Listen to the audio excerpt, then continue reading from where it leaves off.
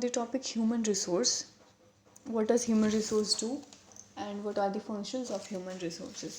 So let's start with the human resource. Human resource is a process of employing people, training, developing new policies. Human resource is a department that manages an organization employs.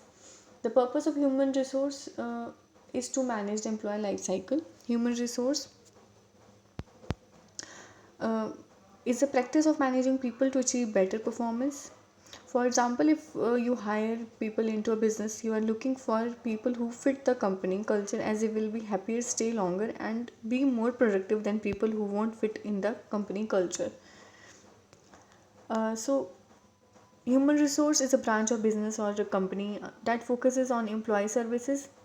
The services are known as the employee life cycle and include services like training, salary, benefit, and employee departure. Now, what does human resource do? Number one, payroll and tax administration. Number two, regulatory compliance.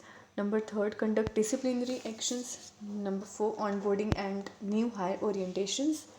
Payroll is its own beast. Business need to be added in as well.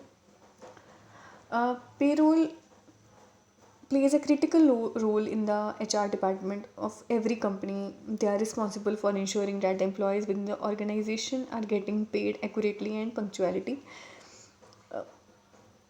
Payroll में क्या होता है कि यहाँ पर देखा जाता है कि एम्प्लॉयज़ को प्रॉपर सैलरी टाइम पे मिल रही है, उनका पीएफ और उनके जो बोनसेस हैं उनको टाइम पे मिल रहे हैं, क्योंकि अगर उनको उनकी सैलरी टाइम पे नहीं मिलेगी तो वो कभी मोटिवेट नहीं होंगे काम करने को लेकर, वो शायद जॉब छोड़ दें और काम या अपना अच्छे से ना करें.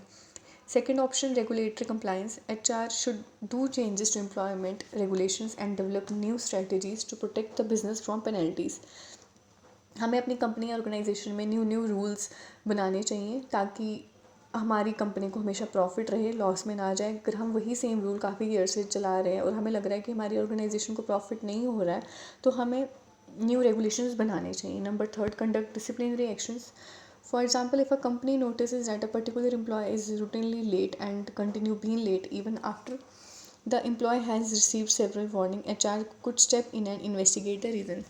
इसमें ये बताया गया है, अगर एक ऑर्गेनाइजेशन या कंपनी में हम काम कर रहे हैं तो हमें प्रॉपर एक रूल, एक डिसिप्लिन के साथ चलना है. अगर हम आज लेट हो रहे हैं, एक रीज़न है कि हाँ मंथ में या वीक में एक बार कोई लेट हो रहा है, बट अगर कोई डेली बेसिस पे लेट हो रहा है, हमें उस पर प्रॉपर एक्शन लेना है.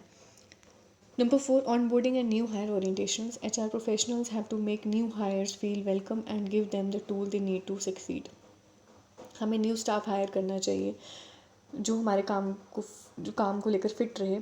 Higher the right employee at the right work. Human resource is a charge of amazing interviews, engaging interviews on onboarding new employees. हमें इंटरव्यू लेना चाहिए, न्यू स्टाफ को हायर करना चाहिए. Next, functions of HR. The functions of HR are to improve the value of leadership potential, top talent employees. Number one, human resource planning. The most important function of human resource is to recognize the company future needs. What kind of people does the organization require and how many?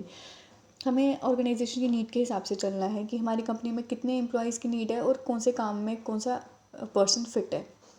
अगर हम for example किसी person को मैं accounts का काम दे दूँ, वो नहीं कर पाए, तो हमारा काम तो पेंडिंग रहेगा और काफ़ी चीज़ें हैं जिससे हमें लॉस हो सकता है.